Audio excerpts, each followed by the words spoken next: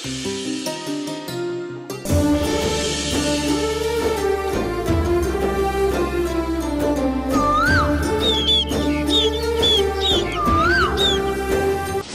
అందరికీ ఈ విషయం తెలుసు అనుకుంటాను.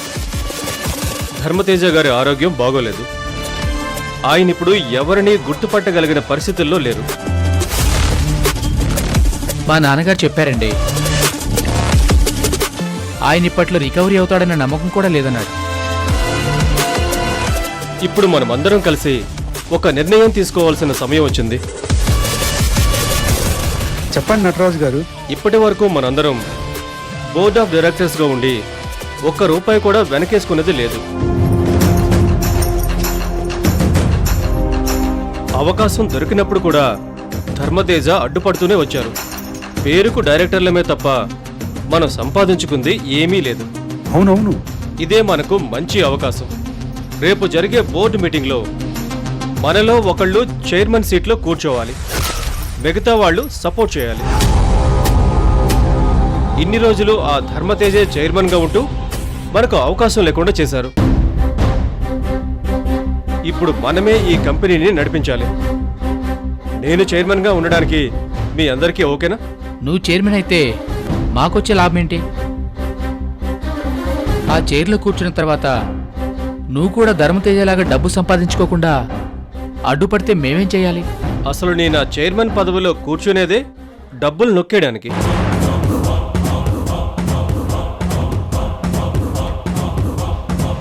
ధర్మతేజ రికవరీ అయ్యి వచ్చేలోపు ఈ కంపెనీని సగం దోచేయాలి.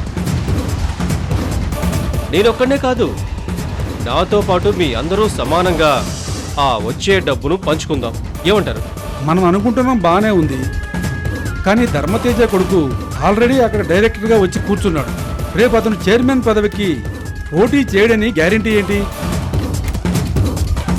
కంపెనీ రూల్స్ ప్రకారం మొదట ధర్మతేజ గారి ఫ్యామిలీ పర్సన్స్కే ఫస్ట్ ప్రయారిటీ ఇవ్వాలి.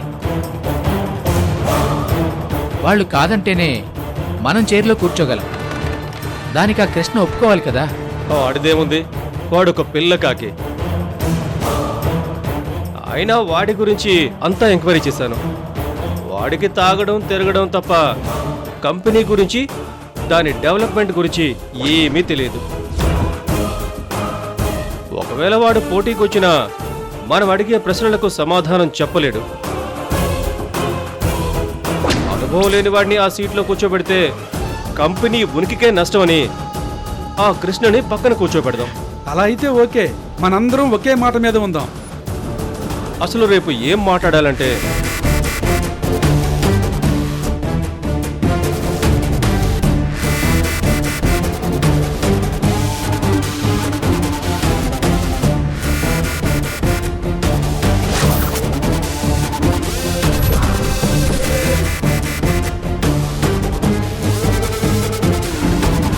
అర్థమైందిగా? మనం అడిగే ప్రశ్నలకి ఆ కృష్ణ పారిపోవాలి. Okay sir.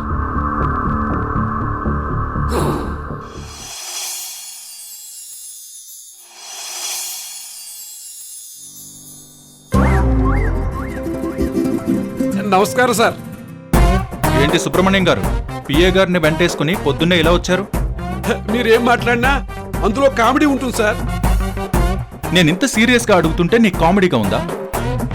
ఇప్పుడు నేను సీరియస్గా తీసుకున్నాననుకో, నీ బ్రతుకు ట్రాజడీ అయిపోద్ది. అయ్యా, అంత పని మాత్రం చేయకండి సార్. అయితే సొల్లాపి ఎందుకు వచ్చావో చెప్పు. అయినా వచ్చేవాడివి నువ్వు ఒక్కడివే రాకుండా వెనకాల ఈ తోకనెందుకు తీసుకొచ్చావు? అదేంటి సార్, మీ పియ్యని పట్టుకుని అలా అంటారేంటి సార్? నిన్నంతా ఇక్కడే ఉన్నావు కదా, మళ్ళీ పొద్దున్నే ఎందుకు వచ్చావు? నేను రమ్మలేదు కదా. మీరు రమ్మనకపోయినా నాకు రావాల్సిన అవసరం ఉంది. ధర్మతేజ గారు ఇంటి పని, ఆఫీస్ పని అన్ని నన్ను దగ్గరుండి చూసుకోమన్నారు. అందుకే ప్రతి విషయంలోనూ రావాల్సి వస్తుంది. సార్, ఇంతకీ నాన్నగారికి ఎలా ఉంది సార్? నిన్ననే హాస్పిటల్ నుంచి వచ్చాం, ఇంకా ఆయన కోలుకోలేదు. ధర్మతేజ గారు ఆఫీస్కి వస్తుంటే ఒక పెద్ద పులి వస్తున్నట్టు ఉండేది సార్. మా డాడీ ఆఫీస్కి వస్తుంటే పులిలాగా కనిపిస్తారా? మరి నేను వస్తుంటే ఎలా కనిపిస్తాను? అయ్యా, మీరు వస్తుంటే ఒక పులిపిట వచ్చినట్టు ఉంటుంది సార్. నిన్ను తబలా అని ఎందుకంటానో తెలుసా? నువ్వు ఏ చేత్తో అయినా వాయించగలవు, ఎవరినైనా పొగడగలవు. అది నీ టాలెంట్. ఎంత మాట సార్, ఎంత మాట! నిజంగానే ధర్మతేజ గారు ఓ గొప్ప మనిషి సార్. ఆయన వల్లే కంపెనీలో ఎంతో మంది ప్రశాంతంగా బతుకుతున్నారు. సుబ్రహ్మణ్యం గారు, సార్, మా డాడీ గురించి నా దగ్గర గొప్పలు చెప్తే ఉపయోగం లేదండి. ఇంతకీ మీరు వచ్చిన పనేంటో చెప్పండి. అదే సార్, ధర్మతేజ గారి దగ్గర కొన్ని ఇంపార్టెంట్ ఫైల్స్ ఉన్నాయి. Company audit report, financial analysis, అలాగే మార్కెట్ స్టేటస్ రిపోర్టు, ఇవన్నీ సార్ చూస్తారని తీసుకున్నారు.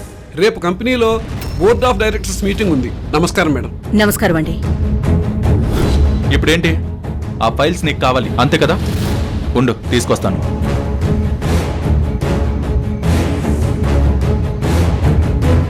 మేడం, సార్ పరిస్థితి. ఇంకా ఎవరిని గుర్తుపట్టలేకపోతున్నారు. అయ్యో, ఇప్పుడు ఎలాగమ్మా? Board of directors meeting call offer చేశారు. ఇప్పుడు సార్ పరిస్థితి తెలిసిందంటే మిగతా డైరెక్టర్స్ చాలా అడ్వాంటేజ్ తీసుకుంటారు. వాళ్ళు అసలే అవకాశం కోసం కాచుకుని కూర్చున్నారు.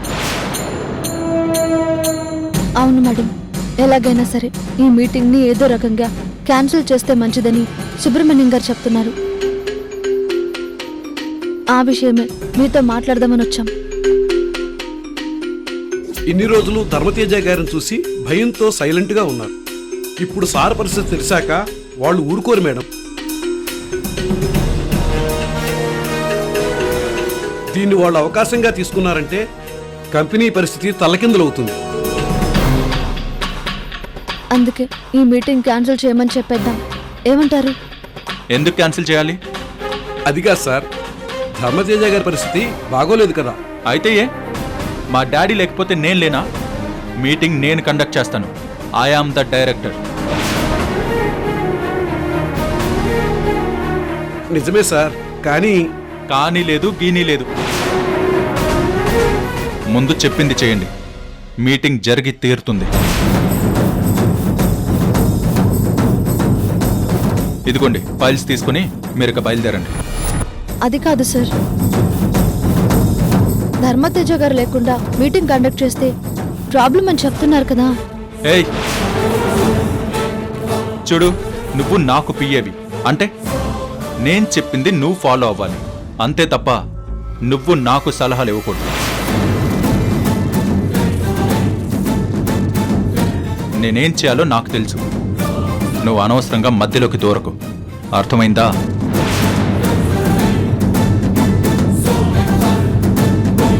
చూడు మిస్టర్ సుబ్రహ్మణ్యం, సార్, మీటింగ్ జరిగి తీరుతుంది. ఓకే, ఇంక నువ్వు బయలుదేరు. అలాగే సార్. ఏంటి, నీకు ప్రత్యేకంగా బొట్టు పెట్టి చెప్పాలా? నువ్వు కూడా వెళ్ళు. సుబ్రహ్మణ్యం గారు చెప్పింది నిజం. ఆ బోర్డ్ ఆఫ్ డైరెక్టర్స్ అవకాశం కోసం చూస్తున్నారు. ఆ విషయం సుబ్రహ్మణ్యం గారు ఒక్కరే చెప్తే మీరు నమ్ముతారో లేదో అని నన్ను కూడా వెంట పెట్టుకుని వచ్చారు. ఒకసారి ఆయన చెప్పింది వినండి. ఆయన చాలా సీనియర్. ఆయన మాట వినకపోతే ప్రాబ్లంలో పడతాం. పడితే పడతాను, అది నేను చూసుకుంటాను. మధ్యలో నీకెందుకు? ముందు నువ్వు బయలుదేరు. ఇంకొకసారి పర్మిషన్ లేకుండా ఈ ఇంటికి వచ్చావంటే మర్యాదగా ఉండదు. Get out. కృష్ణ, ఒక్కసారి ఆలోచించి చూడు. పరిస్థితులు బాగోలేనప్పుడు ఇలాంటి మీటింగ్స్ క్యాన్సిల్ చేయడం మంచిది. ఇది మీ నాన్నగారు కష్టపడి నిర్మించుకున్న సామ్రాజ్యం. ఒక్కొక్క ఇటుక పేరుస్తూ కోటని కట్టుకున్నారు. ఇప్పుడు దాన్ని నువ్వు పాడు చేయకు అని ఆయన నీకు చెప్పారా? ఒక్కొక్క ఇటుకగా పేర్చుకొని పెద్ద కోట కట్టానని నీకు చెప్పారా? హ, అక్కడికి ఏదో నువ్వు పక్కనే ఉండి అన్నీ చూసుకుంటున్నట్టు మాట్లాడుతున్నావు. చిన్నప్పటి నుండి మా డాడీతో కలిసి పెరిగింది మేము. నువ్వు మా అందరినీ వదిలేసి ఎప్పుడో పారిపోయావు. ఇప్పుడు నువ్వు వచ్చి నాకు నీతులు చెప్తున్నావా? చిన్నప్పటి నుంచి అంతా నువ్వే దగ్గరుండి చూసుకున్నానన్నావు కదా, మరి మీ నాన్నగారు ఎంత కష్టపడ్డారో నీకు తెలీదా? ఆయనకి నేను వారసుని. ఈ రోజు కాకపోతే రేపైనా కంపెనీ బాగోగులు చూసుకోవాల్సింది నేను. అందుకే ఆయన నన్ను డైరెక్టర్ని చేశారు.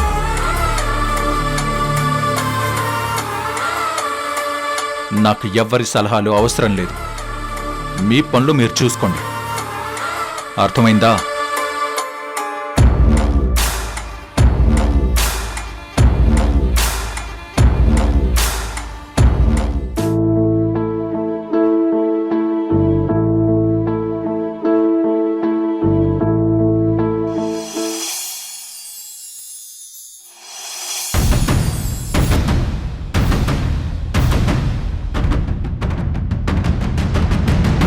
Hi everyone.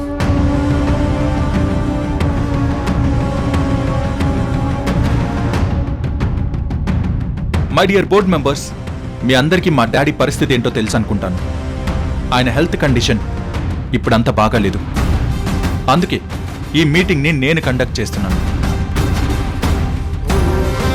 యాక్చువల్గా డాడీ వచ్చేంత వరకు ఈ మీటింగ్ పెట్టకూడదు అన్నారు.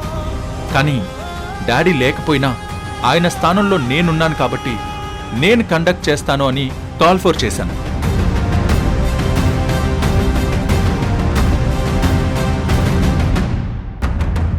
చెప్పండి, మీ అజెండా ఏంటి? ధర్మతేజ గారి ఆరోగ్యం బాగా లేకపోవటం నిజంగా బాధాకరమైన విషయం. కానీ ఒక కంపెనీ అంటే ఒక వ్యక్తితో మొదలైన ఆ వ్యక్తి కోసం ఆగిపోకూడదు. ఎవరో ఒకరు ఆ స్థానంలో ఉండి కంపెనీ నడుపుతూ ఉండాలి. ధర్మతేజ గారు లేకపోయినా ఆయన స్థానంలో చైర్మన్గా ఎవరో ఒకరు కూర్చొని ఈ కంపెనీని నడిపించాలి. లేదంటే మనల్ని నమ్ముకున్న ఎంతో మంది కష్టాలు పడాల్సి వస్తుంది. మీరు చెప్పింది నిజం. డాడీ కోలుకోవడానికి ఇంకా టైం పట్టొచ్చు. అందుకే ఆయన స్థానంలో ఆయన కొడుకుగా నేను చైర్మన్ సీట్లో కూర్చోవాలి అనుకుంటున్నాను.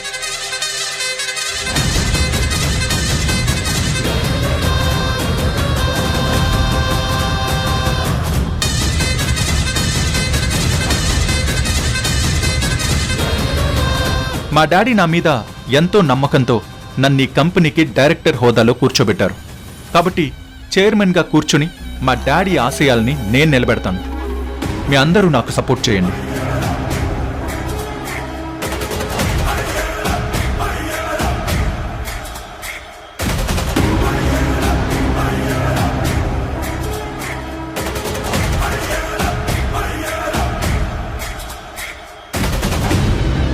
ఏంటి, ఎవరు మాట్లాడరేంటి? మాట్లాడండి. సారీ మిస్టర్ కృష్ణ, నేను మీకు సపోర్ట్ చేయలేకపోతున్నాను.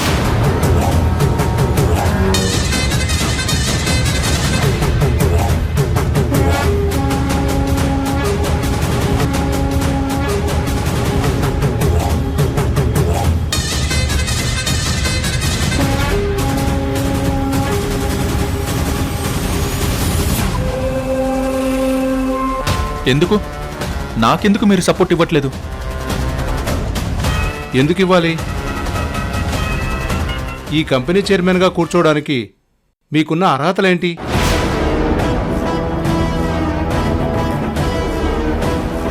కేవలం ధర్మతేజ గారి కొడుకు కావడమే నీకున్న అర్హత అనుకుంటే అది సరిపోదు.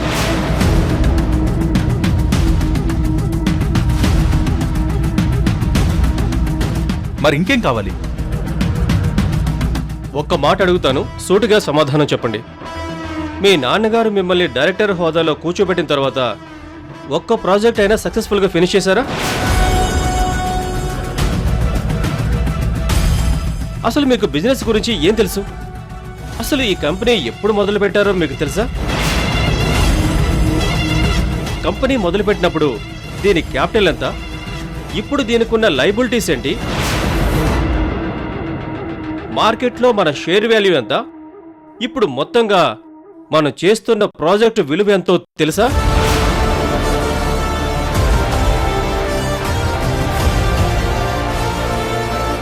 సార్ అవన్నీ డీటెయిల్డ్గా కృష్ణ గారికి నేను చెప్తాను.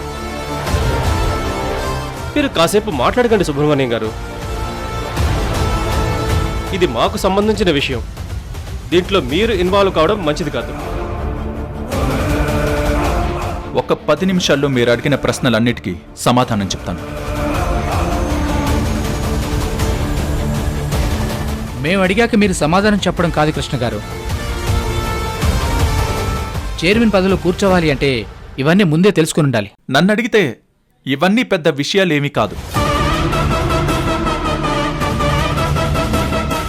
అడ్మినిస్ట్రేషన్లోకి వచ్చాక అన్నీ వాటంతట అవే తెలుస్తాయి. ఇది కారణంగా చూపించి నన్ను చైర్మన్ కుర్చీలో కూర్చోకుండా మీరు ఆపలేరు. చూడండి మిస్టర్ కృష్ణ, మీ నాన్నగారు స్థాపించిన ఈ కంపెనీకి ఒక రేంజ్ ఉంది. ధర్మతేజ కన్స్ట్రక్షన్స్ అంటే ఒక బ్రాండ్. దానికి చైర్మన్గా ఉండే వ్యక్తికి కొన్ని క్వాలిటీస్ ఉండాలి. మీకు ఆ క్వాలిటీస్ లేవు. ఎందుకంటే తాగి డ్రైవింగ్ చేస్తూ ఎన్నోసార్లు పోలీసులకు దొరికారు. నీ మీద కొన్ని కేసులు కూడా ఫైల్ అయ్యాయి.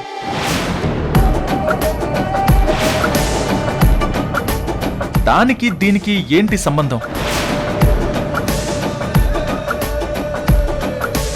ఉంది, ప్రతిదానికి సంబంధం ఉంటుంది. నువ్వు ఎట్టి పరిస్థితుల్లోనూ ఈ కంపెనీకి చైర్మన్గా ఉండటానికి మేము ఒప్పుకోం. అసలు నిన్ను ఈ కంపెనీ డైరెక్టర్గా నిన్ను బాధ్యతల నుంచి తొలగిస్తున్నాం.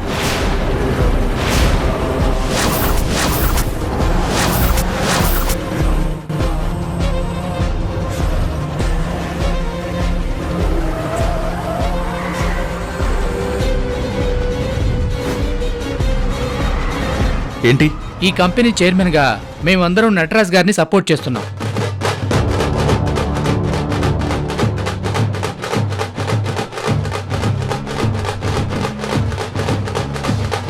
ఇక నుండి ఈ కంపెనీకి కొత్త చైర్మన్ నటరాజ్ గారే.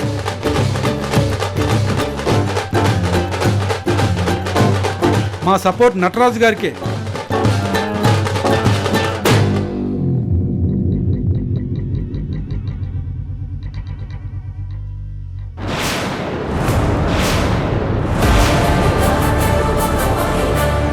ఒక్క నిమిషం.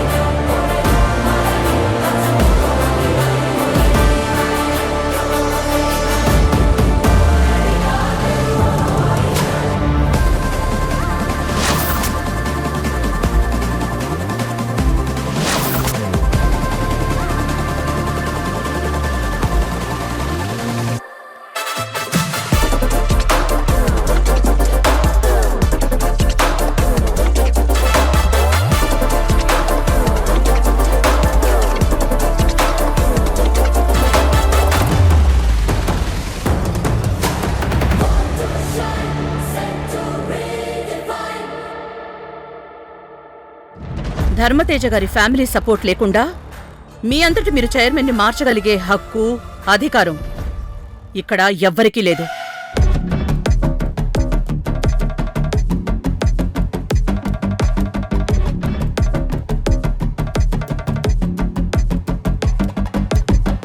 అలాంటప్పుడు కంపెనీ డైరెక్టర్గా మీరు నటరాజ్ గారిని ఎలా ప్రపోజ్ చేస్తారు?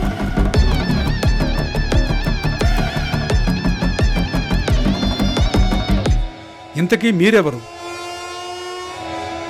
ఎవరేంటండి, ఆవిడ కృష్ణ గారు అమ్మగారు, ధర్మతేజ గారి భార్య గారు.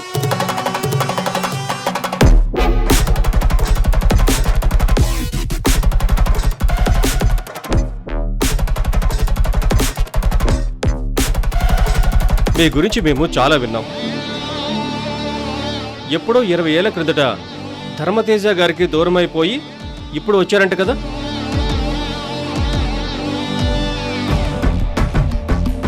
అసలు మీరు ఇక్కడికి ఎందుకు వచ్చారో అది చెప్పండి. పర్మిషన్ లేకుండా ఇలా బోర్డ్ మీటింగ్ మధ్యలో రాకూడదు. ఆ విషయం మీకు తెలుసా? కంపెనీ చైర్మన్ గారు లేనప్పుడు ఆయన కుటుంబ సభ్యులు లేకుండా బోర్డ్ డైరెక్టర్స్ మీటింగ్ జరగకూడదు. ఆ విషయం మీకు తెలుసా? Oh, bring me up, I'm on the clock. Put me on top, everybody drop. ఈ రోజు నుంచి ఈ కంపెనీ చైర్పర్సన్ ని నేను. నువ్వెలా కూర్చుంటావు? మా డాడీని మమ్మల్ని నువ్వు ఎప్పుడు వదిలేసి వెళ్ళిపోయావు. సార్, ఏంటండి ఇది? అందరి ముందు మీ అమ్మగారిని ఇలా అవమానించడం కరెక్ట్ కాదండి. You shut up. మధ్యలో మాట్లాడితే మర్యాదగా ఉండదు.